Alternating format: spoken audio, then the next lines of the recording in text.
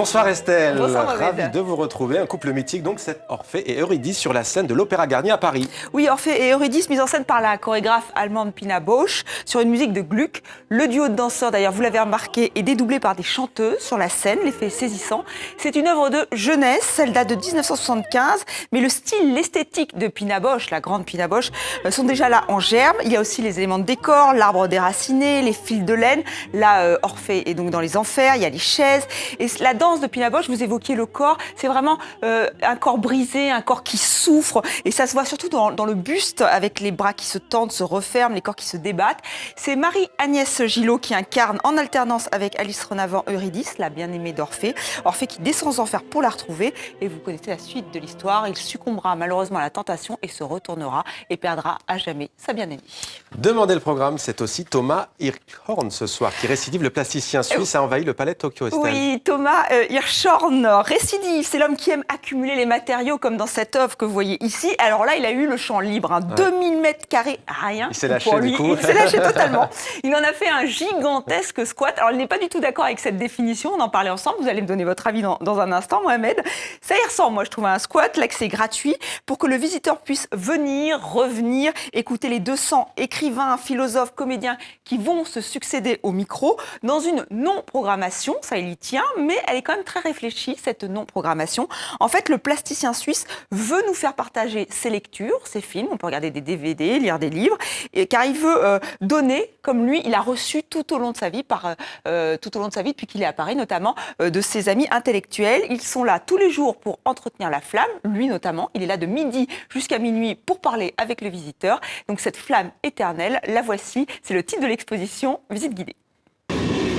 La flamme éternelle, c'est la flamme de l'amitié entre art, philosophie, poésie et écriture. Il s'agit ici de faire une interrogation sur l'idée qu'on peut avoir et qu'il faut être fidèle et continuer de l'alimenter tout le temps si on veut garder une idée, une flamme pour quelque chose. Comme il le dit, les sciences qui sont sorties d'elle. Les recherches de Cézanne dans la perspective découvrent par leur fidélité au phénomène ce que la psychologie récente devait formuler, la perspective vécue.